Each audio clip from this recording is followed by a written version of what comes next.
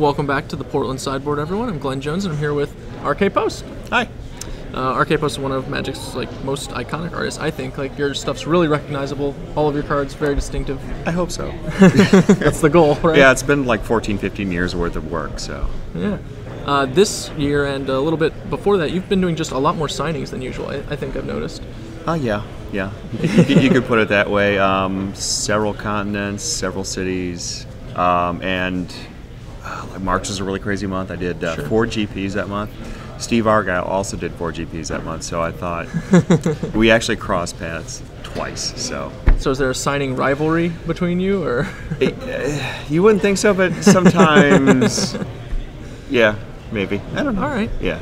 Do you have any guess on the number of signings that you're gonna have done, once the year's all done and through, basically? This year, I have no idea. There was a 10-week period, and I was only home one of those 10 weekends.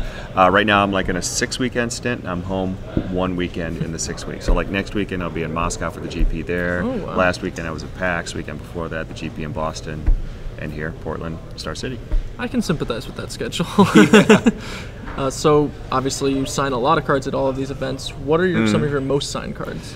Most signed, you see a lot of the standards. Morphling, of course, Icarids, and then Avatar Woe. They printed 5 times, so I see that one consistently. And of course, in M13, you see Arbor Elves. They're common. It's a halfway decent card, so I see a lot of those too. Okay, sure. Yeah. What's your favorite site, I guess, that you've signed in? Continent, city?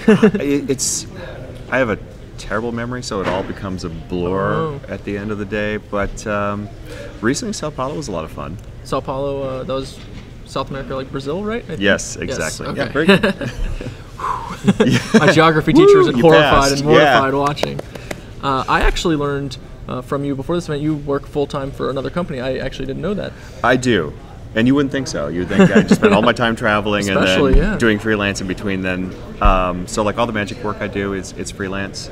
So recently you haven't seen a lot of work from me. It's because I've been busy, I've been traveling and working my full-time job. Sure. I am working on a Magic piece currently right now. I can't say what it is, what it's for, but getting my feet back into it a little bit.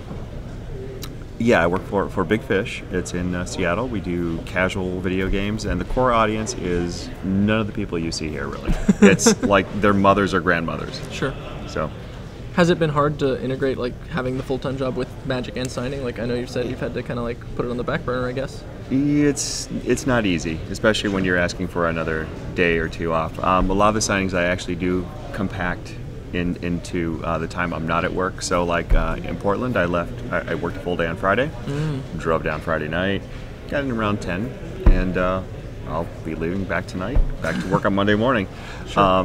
And then there are some others where I'll take a red eye in, get off the ground running Saturday morning, head back Sunday night.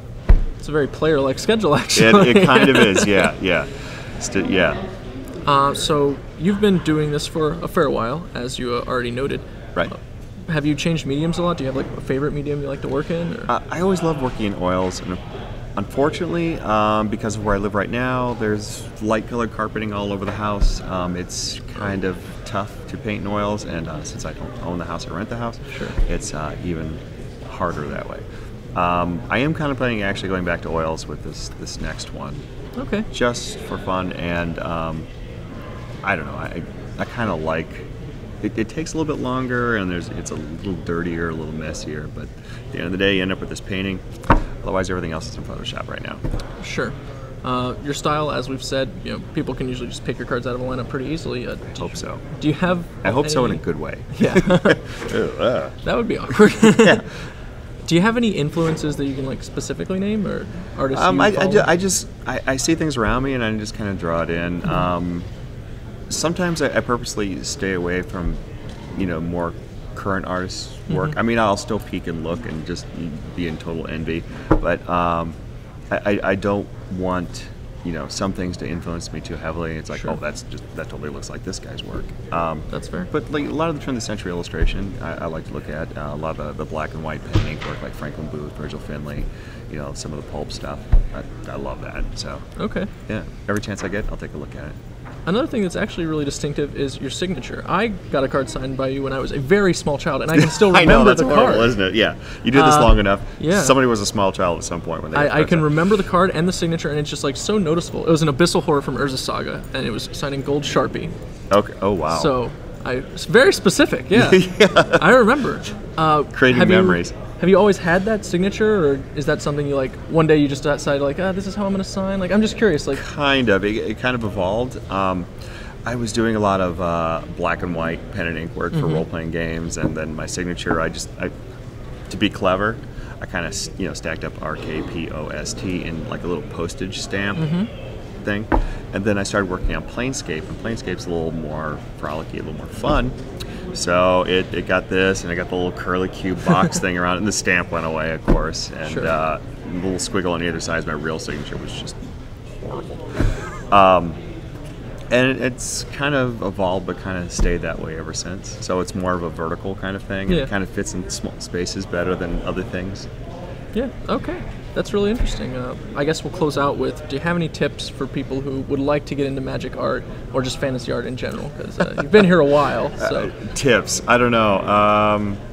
Draw every day. That's the best tip I can give you. My son is actually, my middle son, my 19-year-old, is actually kind of going into the, I guess you want to call it the family field.